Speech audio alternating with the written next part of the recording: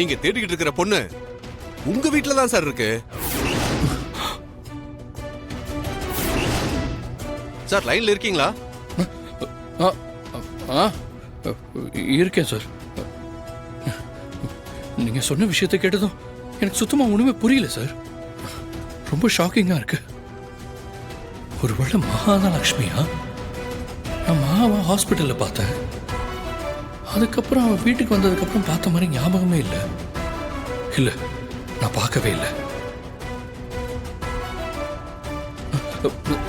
Sir. நான் இப்போவே வீட்டில் பார்க்குறேன் சார். உங்களுக்கு அப்புறமா கால் பண்ணுறேன். Okay sir.